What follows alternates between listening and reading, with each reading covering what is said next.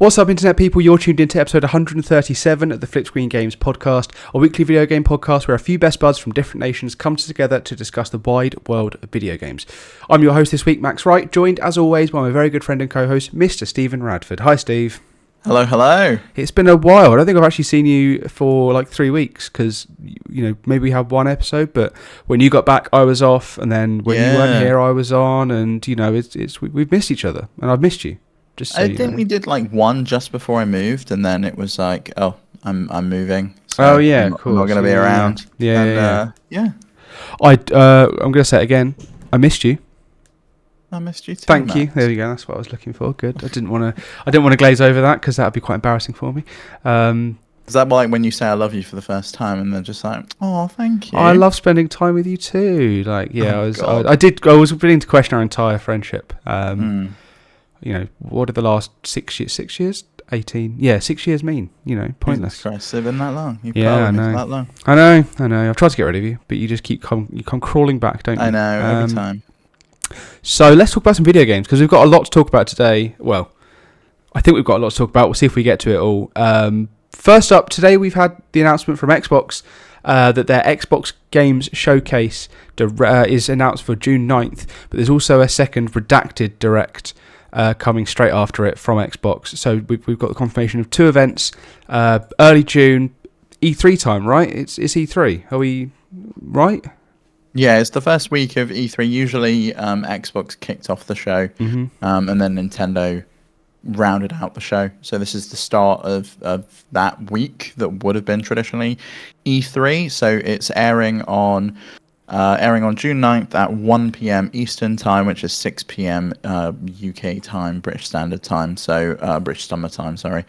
And so we can expect to probably see a bunch of new announcements from Xbox, and also probably touching on a lot of the previously announced games, because I think there's a lot of stuff that we know that has been announced from them. But before we get into like the Xbox Games Showcase bit of it all, I want to touch on that Redacted Direct, because it was pretty clear to me what it was almost immediately. I don't know if you kind of got that same vibe. Yeah, just looking at the picture really just gives off the vibes. Why don't you tell everyone what it is? Why don't you because obviously I know, but they don't know. So why don't you just quickly tell us and me what it is?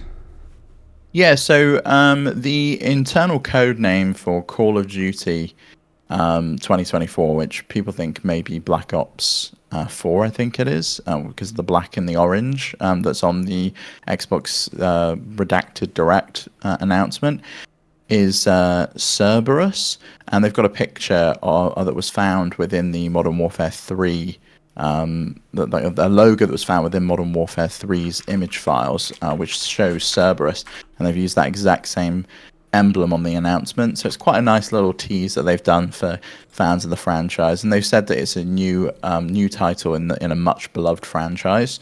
So I think we can probably expect to see some Call of Duty news there. It's definitely Call of Duty.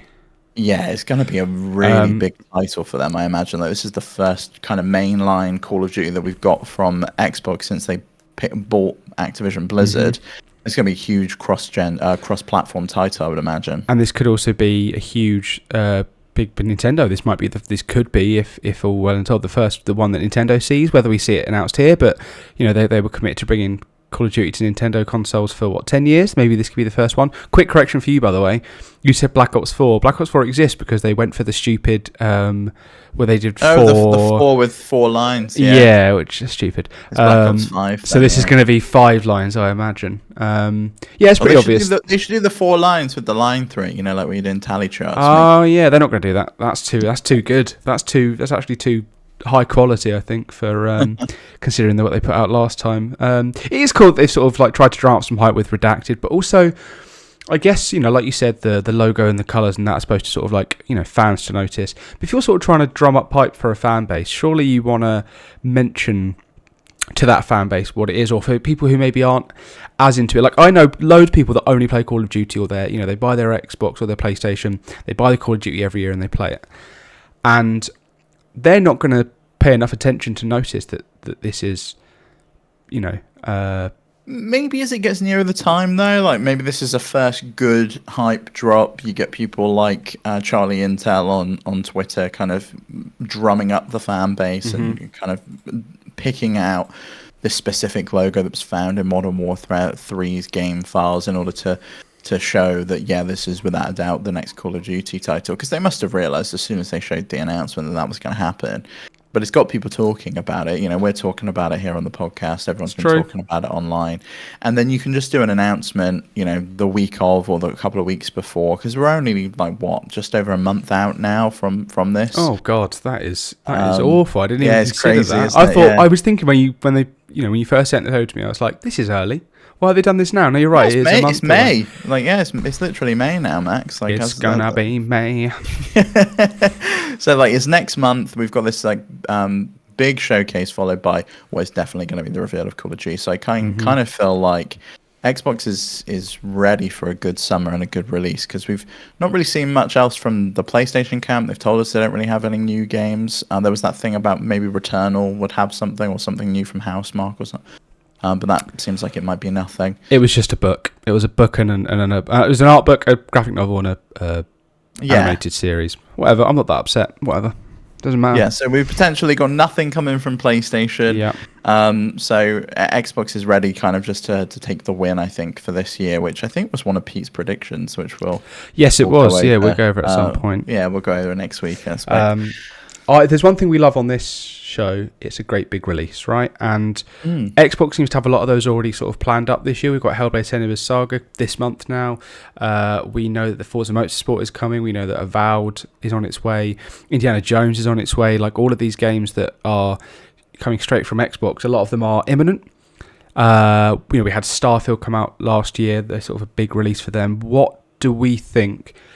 Do you think, seeing as Xbox now owns Blizzard, they own Activision, they own all of these companies now, their directs and their streams, the potential for what could be there is bigger than it ever has been, really. So what do you think we're going to sort of see this year? I think we're probably going to see them double down on what they've announced. I think they made the mistake before of announcing things too early, like with the Indiana Jones game, because everyone was just talking about, well, when are we going to see it? When are we going to see that game again? But we know it's coming now, and we know it's coming this year. Avowed is also coming this year, but we don't have release dates for either of those titles. So I think I would expect to see official release dates for those. I wouldn't be surprised to see something that's maybe a shadow drop, maybe Avowed launches straight after the show, something like that. Because they did that with Hi-Fi Rush, and that worked really well for them. They've not even shown that game before, and that turned out to be a really hype announcement, and everyone was playing it immediately after the show. I would expect to see something more from Fable. They've announced that one. Yeah. We kind of just had a CGI trailer for it, but I would expect to see a little bit more at this point to kind of see where things are. Maybe we get some like updates and DLC for some games. I think Forza Motorsport is ready for a DLC. It came out last year. It came out? Sorry. Yeah, it came out last year. Right, we can probably expect a DLC this year. I wouldn't be surprised to see another Flight Sim DLC or Flight Sim 2024 getting the release date, because they've announced it, said it was coming in 2024. We, again, don't know if Flight Sim 2024 is still coming or if it's kind of been pushed, but my guess is it would be coming. So we've got a lot of games that are previously announced. There's also a lot of things that have been heavily rumored, stuff like the Oblivion remake. I think something like that would be really, really nice to see from the Bethesda front. I actually wouldn't be surprised to see a new Fallout game. It would probably be from, say, like In Exile, and maybe we get something that's like maybe an original style Fallout isometric game. Maybe take some cues from oh god, what's that game called that we all loved? I can't remember the name of it. Help me out. Jesus. In that little town, and we all rolled the dice, and we do little things. Jesus Christ, why does it slip my mind? RPG game, dice. Do you not remember it? No. What was it on? On everything. It was like a tiny little story game, and you're like a cop that you play whoever you want. Me and Pete both played it. Anyways, completely slipped my mind. Not like Stacklands or something, is it? No, not Stacklands. I don't know. I'm just giving names of games that you guys have played. Curse of the Golden Idol. That's another game that you've played that I haven't played. That's a great game. Yeah, that is a great game. No, it begins with a D. You think of that while While I ask the question, it's not going to come back. It's genuinely not going to come back. We'll have to add an edit in here somewhere, maybe. Do you think we're going to see something like Everwild, which I think is Rare's next sort of big? Is that Everwild? Is that right? Yeah, it's Everwild. I mean, I wouldn't be surprised if that title changes. That really was just an announcement to acquire staff. So I don't know if that's too soon to see. They seem that they've had a great year with the Sea of Thieves PS5 launch, which we might touch on later in the show. So maybe we see that. And I know they've just moved into some new offices at the Rare Studios. They've got like a brand new barn conversion that they've moved into. So they're presumably expanding their staff. They may have two teams. They've probably got people working on Everwild while they're also working on new Sea of Thieves content and potentially something else. So I wouldn't be surprised to see that.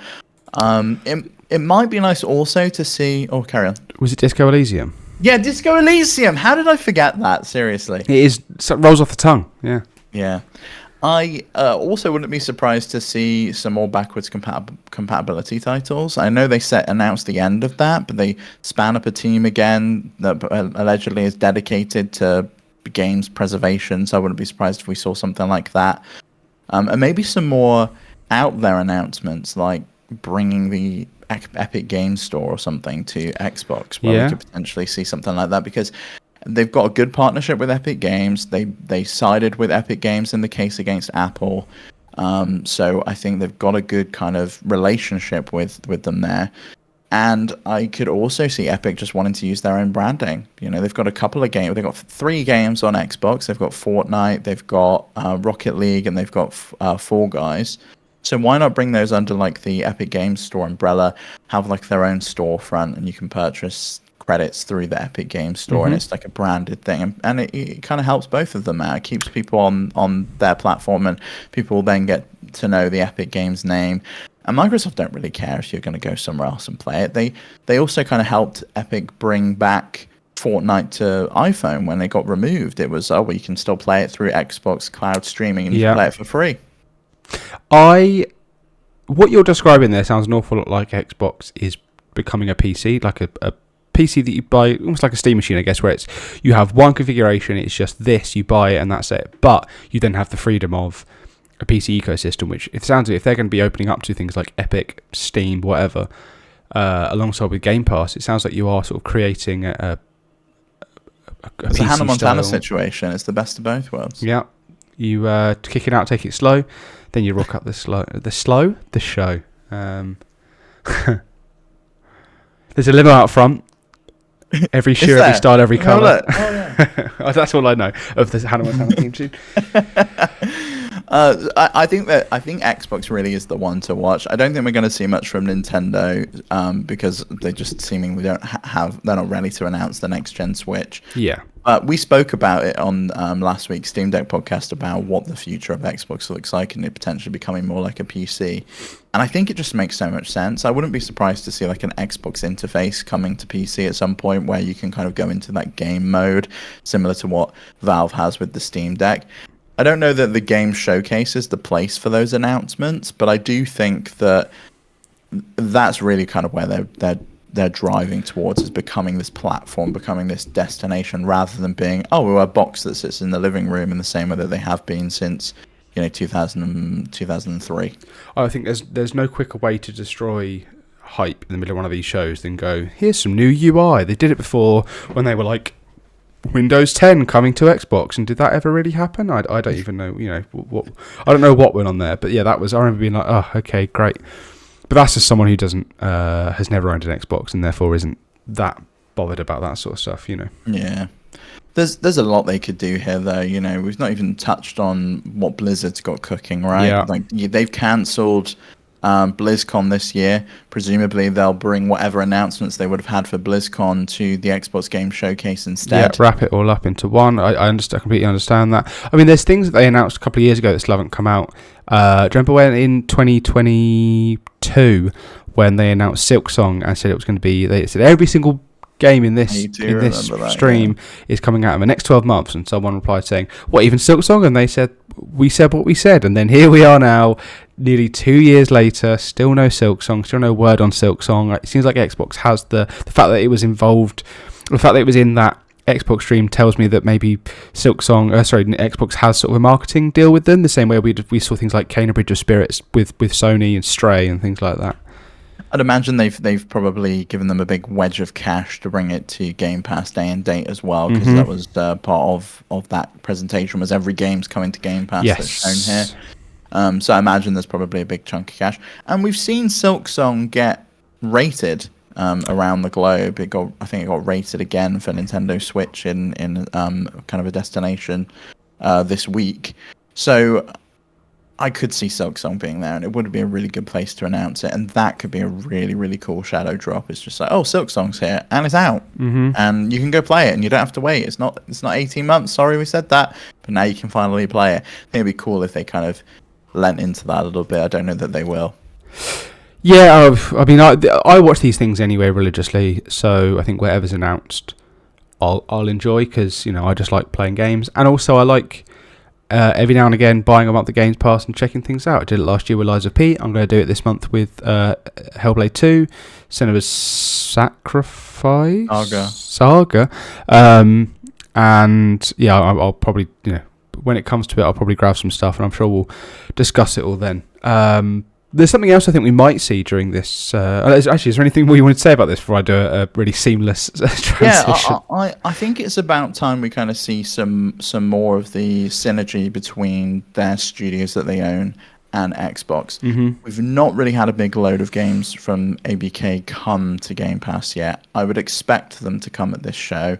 I'm thinking the older Call of Duty titles would be a great place to announce it, would be in the Call of Duty Direct. I think so, yeah. I mean, because a whole Direct for one game, you want to sort of have something else in there to, make that more of an offering. And I guess the best way to do that is with announcing old games too. I think also bring some of their more classic titles. Spyro, Crash Bandicoot, they should come to Game Pass. I'd love to see the Tony Hawk's games come to Game Pass. Obviously, they were on Xbox. And again, I think that's why we potentially would see some more of the backwards compatibility stuff, because they've just bought a studio that has a long history. Why not spin that team back up to port over some of those games that potentially they couldn't have got licensing deals for before, but now that they own the studio and they own the game and they own the IP, that they can bring it to a new platform and to new players, and it's another reason to sign up to Game Pass. I think it's time for Blizzard to do their favourite thing of cashing in on nostalgia and release Overwatch Classic, which is just Overwatch 1 again, the one that people actually like. Bring it back, put it on Game Pass, bring people back. I think that would be a great idea. I think it would be a good thing to do. I also wouldn't be surprised if we saw some kind of connection with World of Warcraft. Give people either a boost or something as like a perk for subscribing to Game Pass. Maybe you roll the subscription, and I probably would say they wouldn't do that because Elder Scrolls Online is separate anyway. But you do get like that first 20 levels, I think, in Elder Scrolls Online. Maybe they do something similar with World of Warcraft, where you get like a certain amount of time for free included in your Game Pass subscription, and then when they've got you hooked, then they say, right, now it's $9.99 a month. Yeah, I think to roll that into Game Pass and lose an entire like a whole revenue stream would be pretty silly. But it gets people hooked on Game Pass. Then, like, it does get people going, well, what else is there on offer? Like, what other games can I play? Oh, and I can play these on the go.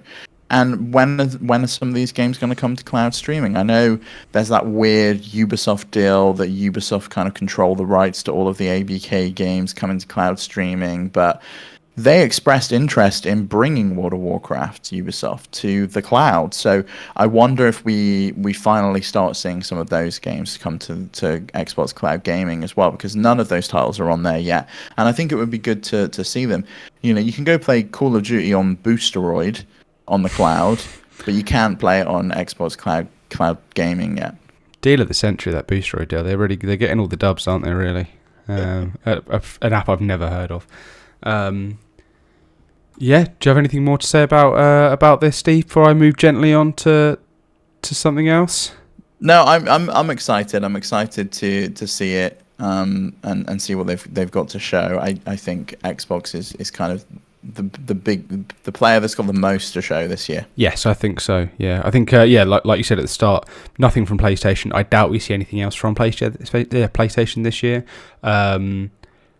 Otherwise, they'd have shown something. I don't think we see anything on the PSVR 2. At the most, maybe we see the PS5 Pro announcement, maybe. But I just think that's more hardware and a sea of hardware that Sony loves. That's a blog post, I think. Yeah, I think so too. You see the tweet go up. And Nintendo, I think that they have very much front loaded they've almost spent their load of games. Sorry, that came out wrong. Of games that are coming out to sort of see off the Switch now. I don't think we see many more Switch announcements. What I do think happens at E3 is behind closed doors is we see a lot more big. Here's the Switch 2 in more of a final form.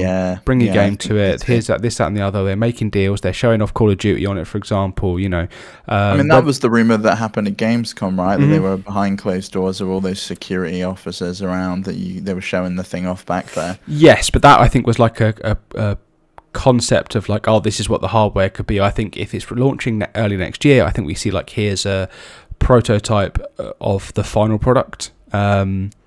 Maybe we hear about that from people from who are privy to these things behind closed doors. But yeah, there's one thing I think we may see now is the Starfield sort of again. Even though we saw Starfield last year, they had a whole Starfield Direct.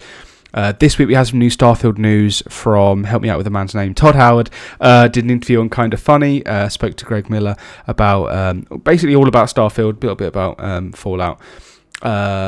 Starfield Shattered Space expansion is coming out this fall, autumn for normal people.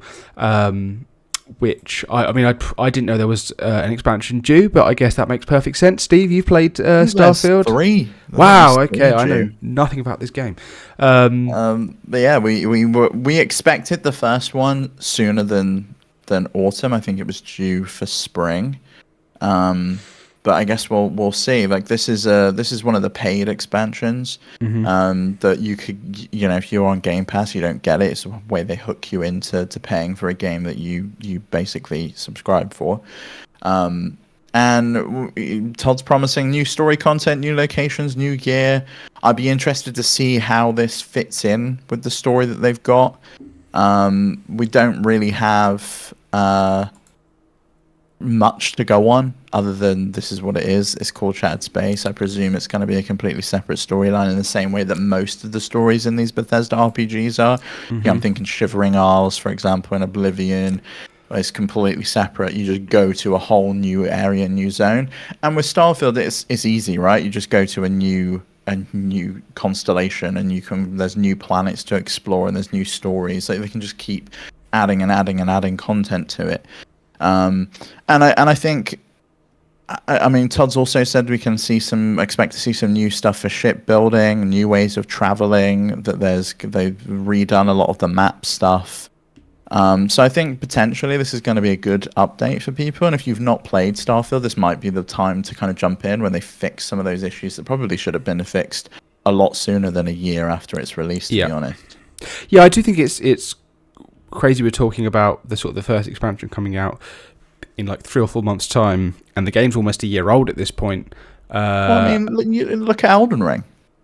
That's a good point. That is a good point. Yeah, all right. I'll eat my hat there. Well done. I think so, maybe it should have been planned a little bit better, especially considering how long this game was in development and how many times it got delayed and how long it took for them to show it to us. But I think, sometimes it just takes time to get the expansions right. I really enjoyed Starfield. It's not one of my favorite games of all time in the same way that some other Bethesda titles are my favorite games. One of my favorite games of all time. It was in your top 2 of last year, top 3? It was in my top 3 of last year. I think it was number 3. The Sea Inc. 1, obviously. Of course, yeah.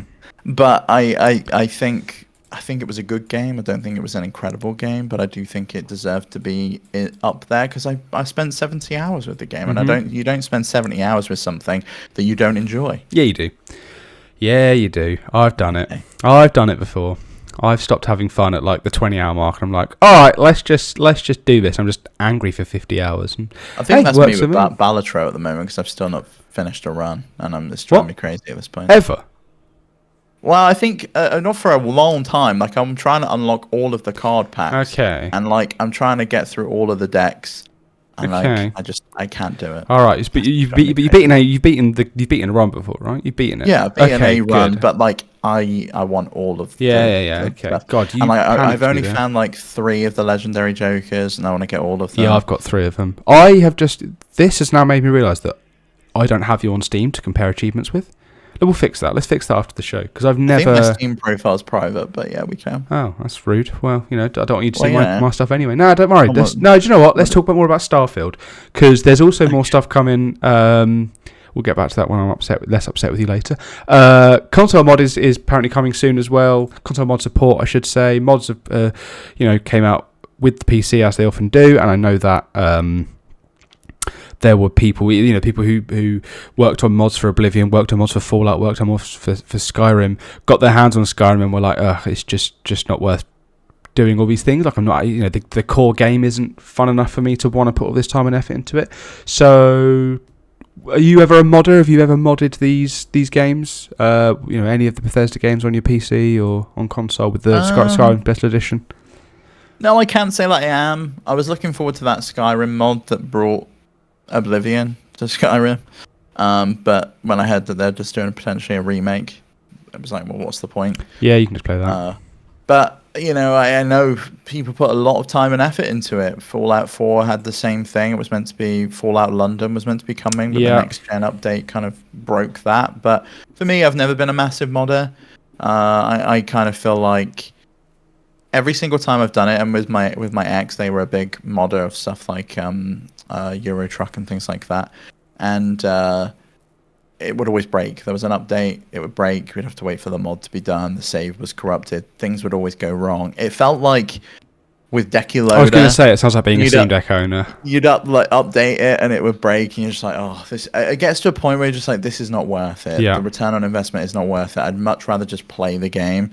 Unless I've completed the game through and through a million times, and I've got all of the content, all of the juice I can get out of it, to the point where I'm just like, I want something fresh and something new in there. I'm just not going to bother modding it. What about you? I spent hours modding Skyrim. Hours modding it. The first time I ever played it, we're talking like, it was years after release at this point, 2017, whatever. I spent hours getting all the different mods, all the visual mods, maxing up my PC, making it crash over and over again. Booted the game up, played like 10 hours, and then was like, okay, I don't like this game, so I just stopped playing. So I probably spent longer modding it than I did actually playing it, I reckon. But other than that, I've never, but it's because of that experience, I've never really bothered that much. When it's like easy stuff, or when it's on Steam Deck and it's like, in order to get this to work, you need to mod this or whatever, or when I've done some like emulation stuff and it's, I'd rather have the proper Steam buttons on Switch games or whatever, I will mod in that case generally. But I'm not like a big I want to be dressed like Spider-Man and I want to be sort of swinging around with the Master Sword and stuff like that. Like, that doesn't appeal to me.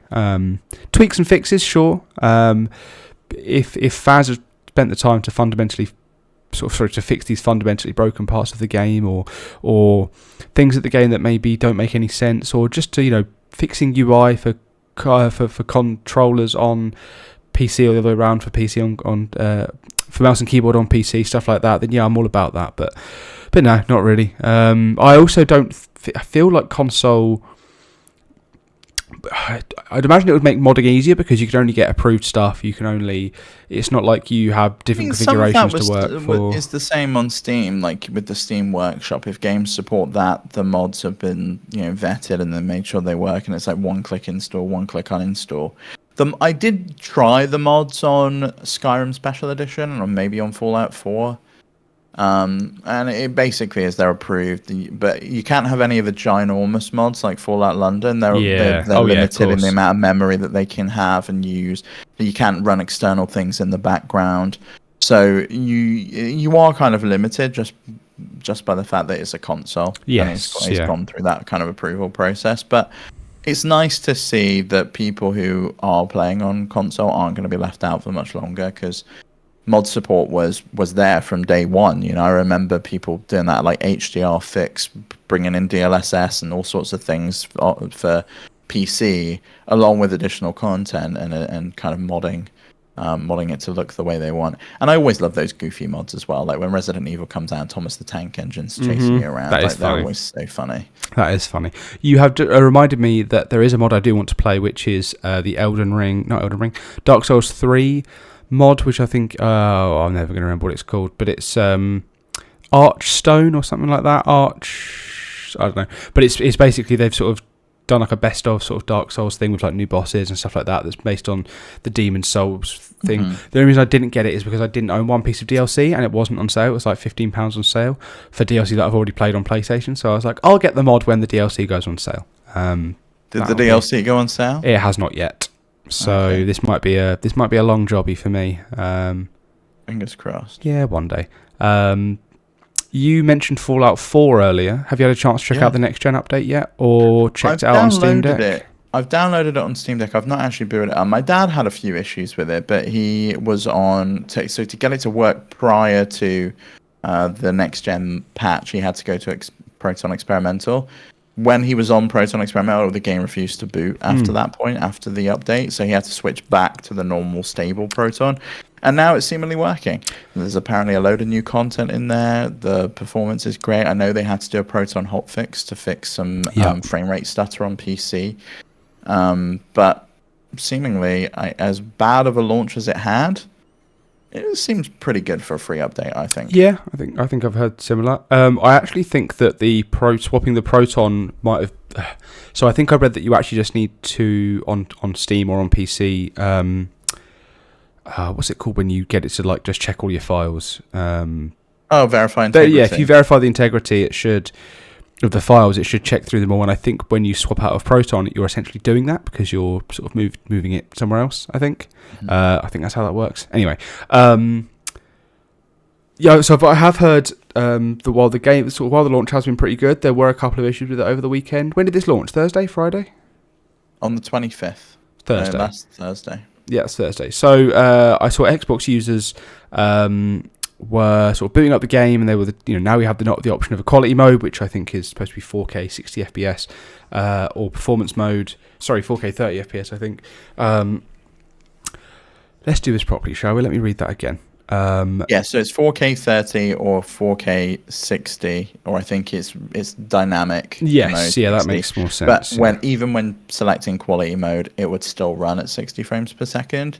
And that basically the quality mode just didn't exist, and that disabling the performance mode does nothing. It still stays at 60 FPS. The resolution is still the same, and that it's a bug because I think the performance mode was meant to uncap it, so you could play it up to 120 frames per second. And obviously the Xbox has VRR support, so I can kind of gloss over some of the issues, but for the most part, just didn't work. And stuff like that is embarrassing to see because this is a first-party title now on your own console, and you're not going through QA properly to test that one of the core features of the update, a new quality or performance mode, it just does not work. Like, that should have been tested. It should never have made it onto the store. But it worked on PS5. It worked on your main competitor. It worked absolutely fine. Well, I say it worked absolutely fine. The quality mode worked fine, but what didn't work were people who had claimed Fallout 4 through PS Plus in the past when it's been available for PS Plus or as part of like a monthly game or whatever. If you claimed it through there, you didn't buy the game, you were unable to go on and claim the next gen update. It wasn't available to you. You couldn't go into the store and sort of claim that PS5 version. It was very similar to how Final Fantasy VII they released a load of DLC for free. PS5. Yeah, that was it. Yeah, but if you got it on PS Plus, I think it was on PS Plus at some point, you then couldn't get the update. You had to rebuy the game, which I think people were very upset about. I don't think that was fixed for Final Fantasy. That was just sort of like how it was meant to be, I guess. It's a feature. It's a feature, exactly. I mean, that phrase, I'm pretty sure, is all about Bethesda games anyway. But now on PlayStation, they have fixed it over the weekend. Now, if you did claim the game through PS Plus, you can claim the next gen update for free and play it just in time for you to sort of have already probably seen the Fallout show, and maybe your interest starts to wane. Who knows? It's interesting that they went ahead and fixed it because it's nice to see that this was probably an accident, but I don't know if you saw that they changed the message that was on the splash screen when you logged in. It initially said like, "Great new update, includes new content, blah blah blah blah blah, free for every player," and they removed the free for every player for a while until they fixed the PS Plus. Until they fixed the PS Plus issue. You mentioned the Fallout TV show. Have you watched any of it? No, I've not. I've never played Fallout. Never had an interest in Fallout. I've had other things to watch. Baby Reindeer's been out. You know, that speaks more to my interests than Fallout does, unfortunately. And I just about got through that. So no, I think Fallout the TV show is going to have to be a you and Pete thing. Did you watch it? I've watched half of it. Not finished the last few episodes yet, but I've enjoyed what I've watched so far. I think you should check it out because I think it's a good standalone show, even if you're not interested in the games and you don't enjoy them. And it can give you a taste of that lore without having to kind of go in deep on Fallout. I love all the weird Vault-Tec shit and like seeing the experiments that they did and the cool technology that they came up with and the fact that life is just frozen in the 1950s and nuclear technology has taken over everywhere. And they really captured the spirit of being a vault dweller really well in juxtaposition to all these people who have been outside and surviving for thousands of years. Is it really that long after the bombs? I think it's hundreds of years. I think it's like 300 years or something. Oh, it's longer than I thought that was going to be. Wow. Yeah. It's a long time. It's like 51 or something like that. Oh, wow. Okay. All right. I don't know why I thought it was like 20 years later. Anyway, I guess I'll have to give them a go at some point. I have always I think I started New Vegas, built my character very similar to Skyrim when I started playing it, and was like, I am bored, and I spent ages making my character, so that was a waste of time. I think I own Fallout New Vegas, Fallout 3, probably own Fallout 4 on Steam somewhere. I think 4 is a great starting point now, because we had this conversation, I think it was on last week's FlipScreen Games 2 weeks ago. And Pete was saying, like, Fallout 4 is not really an RPG, it's blah, blah, blah, but it's meant to be. And I'm just like, no, you're looking at it wrong. Like, the original Fallout games were RPGs, but this one's like, just see it as you're playing a character. See it as no different than playing a Far Cry game. Yeah, and you're going around and BioShock. you're having a good time. Yeah, it's no different to something like that. And yes, you've got to pick how the character looks, but then after that, it's really like, I'm going through a skill tree. I'm like not doing anything different than I would in any other shooter. You really put me off the game with the skill tree there, Steve. I can't do it. I mean, you don't have to do much in the skill tree. Then why put it in there in the first place? I might give it a go at some point. If I happen to be on the show when you guys are talking about it and I have seen it, I'll jump in. If you guys tell me in advance you're going to talk about the Fallout show, I'm gonna be dropping off, I'm sure. However, we've probably missed the boat on all those great big all the Fallout clicks, they're all gone. But the Fallout from Fallout is over. The Fallout from Fallout is over. But what isn't over is the housekeeping, because we're going to take a quick break to thank our Patreon producers for the month of... God, where are we? We're in May now, I guess, right? Okay, well, let's list them out. Arnold J. Rimmer, Christopher Valens, Gabriel Hasselmeyer, aka Asobi, Snack Hugo, Steve Stompy, Susan Likes Cats and also Boobies, Voodoo Vic, Tyler Dude, and Wakahula. We thank you very much for your support. Without you, we wouldn't be able to make this show. And I don't have this locked in my memory. So, Steve, would you like to tell people where they can find us and how they can get involved? Yeah, just head over to our website, flipscreen.games, so you can find all the links of where we are. Come join our Discord. You can kind of keep the conversation rolling over there, and you can ask. We always put a call out for questions. We had so much stuff this week. We haven't got a chance to get to your questions, but we promise that we will pick them up. And they always go into a doc, and we get to them when they're kind of most relevant. Sometimes it's like weeks or months down the line, and we'll go back into the archive of questions and be like, oh, that one's great. Yep. Sometimes something happens and we have a question in the backlog ready to go, and we're like, cool, let's wrap this into one episode. Thank you, Steve. I really wasn't prepared to host today, so I would never have been able to remember that off the top of my head. So speaking of Bethesda games, Xbox games performing well on better on PS5 than they do on Xbox in some ways. This week, or today, I think even this week, I don't know. Sea of Thieves PS5. Sea of Thieves. Oh my god. Sea of Thieves. Sea of Thieves is launching on PS5.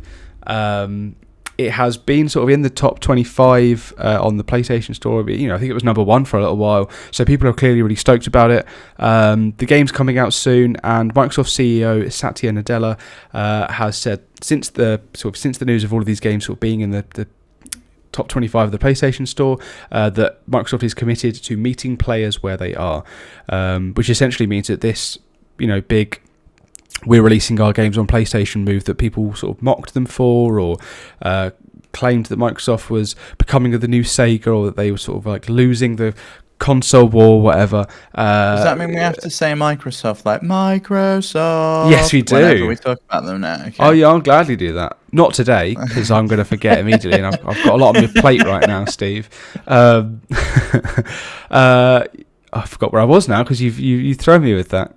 Do you know what? I think it really is this is just the doubling down of what we saw. It sounded like this was a push from above. It was a push from Satya Nadella himself, the CEO of Microsoft, coming to Phil Spencer and saying, "Look, we're leaving money on the table here. We gave you every opportunity to get your Xbox house in line and kind of make sure that you're selling consoles, but you ain't selling enough of them. And over the fence at PlayStation, they've got a shitload of audience that we want to tap into." And I don't think we're going to see every game come. No. Definitely not day and date. But I would not be surprised if we saw Starfield come. And because that didn't do as well as I think they wanted, I could see them bringing Starfield to PlayStation and capture on a bigger audience. Elder Scrolls 6, for example, I don't think you keep that for yourself when the audience at PlayStation is just going to be absolutely massive. I think you're right, but I do wonder if you hold back just for a bit, the same way that the PlayStation do on PC, where they release it on PS5 first, and then like a year, in some cases 4 years later, the game sort of finally comes to PC, or in this case to PlayStation, and you get the double purchases, you get that sort of like your Xbox Game Pass numbers go up for a month or two, and you get to go to the shareholders and go, there you go, we got all this money, and then you then sell it on again, and you get to go to the shareholders and they go, look, we put it on PS5 and we got all this money. Because I do think there are people who own the Xbox as the sort of the secondary Games Pass machine. They might own a PC, they might cloud stream these things if they're on cloud streaming. They play the game first there, and then when it comes to PlayStation, they buy the disc, they sort of play it again. We've seen, people are frothing at the mouth for some of these games. In fact, I've got a list here of so this is the top 25 games of the PlayStation Store as of April 18th. Had Modern Warfare 3 at number 2, Overwatch 2 at number 7, Sea of Thieves at number 12, Fallout 4 at number 16, Minecraft at number 19, Fallout 76 at number 20, and Grounded at number 23. So that is 7 Xbox games in the top 25. I think PlayStation only had 3 from their own sort of games. So Microsoft, Activision, Blizzard, all those companies were dominating the Xbox chart. So clearly the strategy of buying everyone up and putting their games everywhere is working for them, because people are willing to buy them. People are waiting to buy these games. So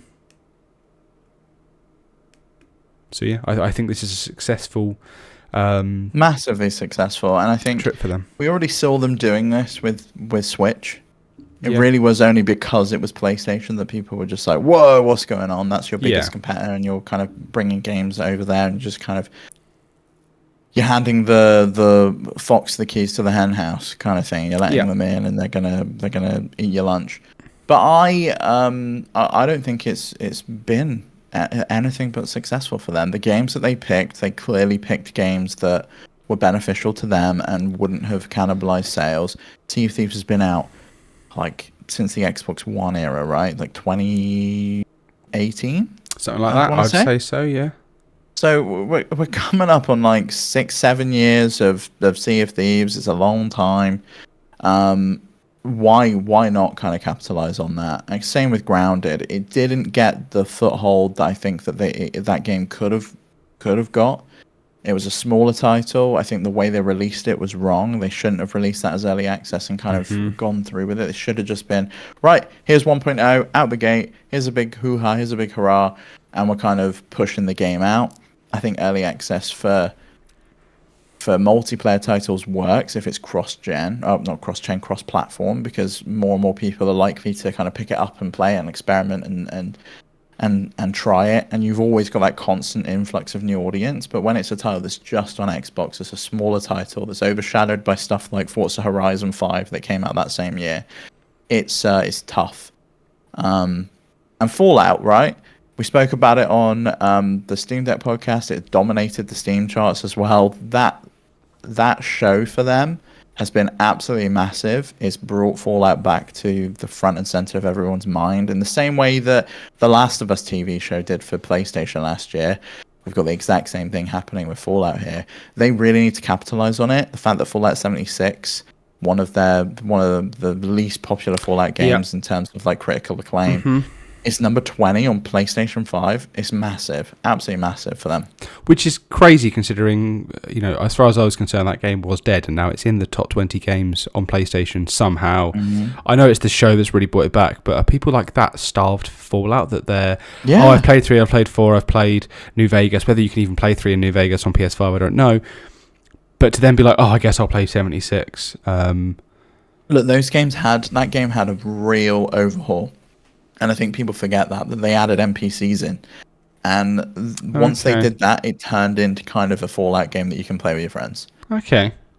I thought they abandoned it, to be honest. And I wouldn't have blamed them considering, no one cared. I think there was one player who got banned because he had too much stuff at one point. And he's like, no, I've just played thousands of hours of this game. I'm the only one playing your game and you're going to ban me. What the hell?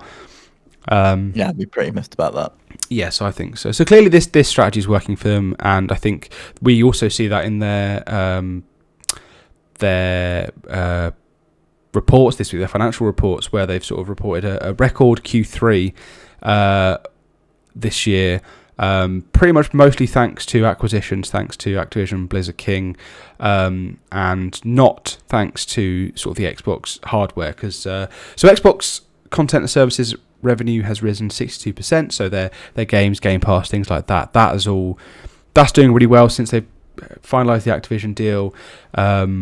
Clearly people are coming back to play sort of Diablo 4 on Game Pass. Now it's on Game Pass, right? Before I speak out. It is, yeah, that was the first Blizzard game to come to Game Pass. That was it, yeah. So clearly, people are coming on to buy these games. I'm sure it is being helped by things like Grounded, Pentiment, coming to PlayStation, coming to Switch, giving people more place to buy them.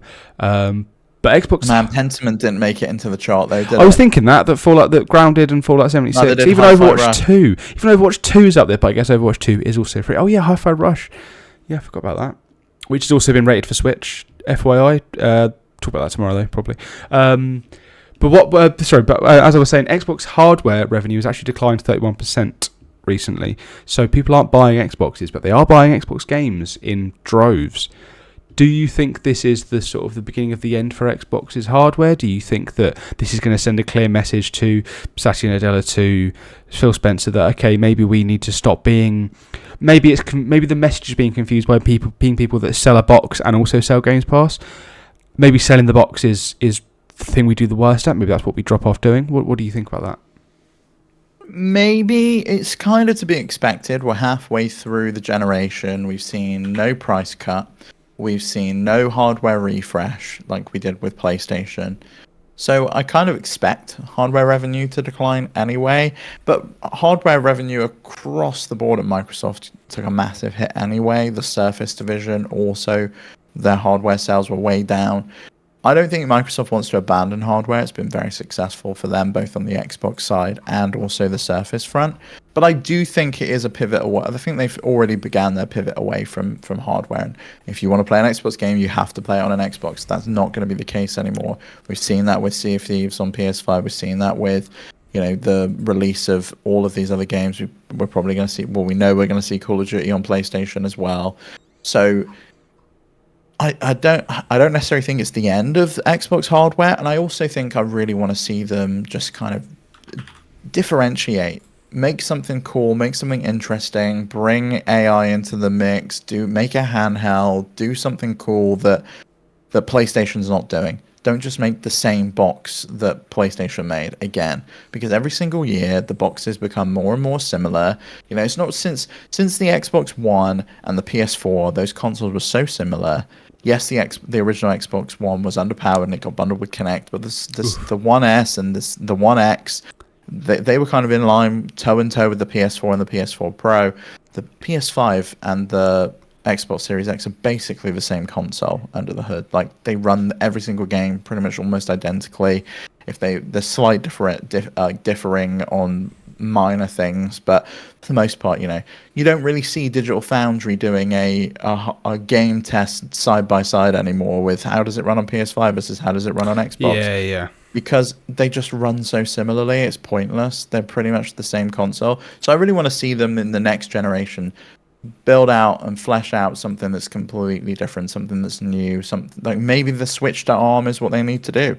Maybe we need a handheld. Maybe we want a hybrid console because that's worked so well for Nintendo. Why not do something like that? Tie in with the power of like the cloud that you're doing, all the weird stuff you're doing with games like OD, for example, with Kojima. What's that about? What are you doing? Why can that only be done on Xbox? Why can that only be done with the power of the cloud? Like, what is that? Do cool stuff like that rather than just, oh, we've made a powerful box again, and you put a disc in and it plays it, or you click download and it plays a game. Yeah, I think we Nintendo people sort of always will say, oh, I'm not going to buy a Nintendo console until they make a home console again. So why do you want another box? You've got a box that sits down. Why not let Nintendo do something different and experiment and sort of why does everything have to be so uniform?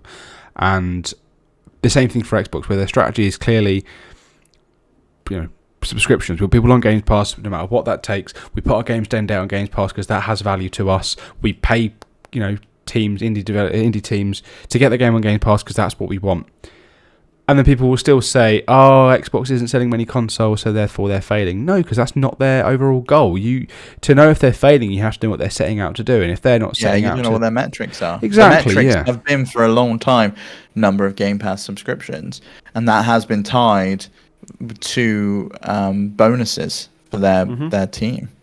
And we don't know if they're hitting that mark because they don't reveal the figures anymore to the number of Game Pass subscribers. But I think it's still steadily growing, and I think the more games that they keep adding to it, probably the more it's going to grow.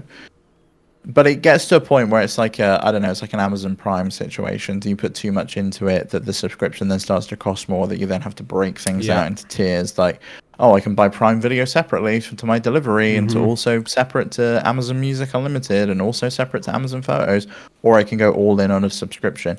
They've kind of already started doing that with Game Pass Ultimate.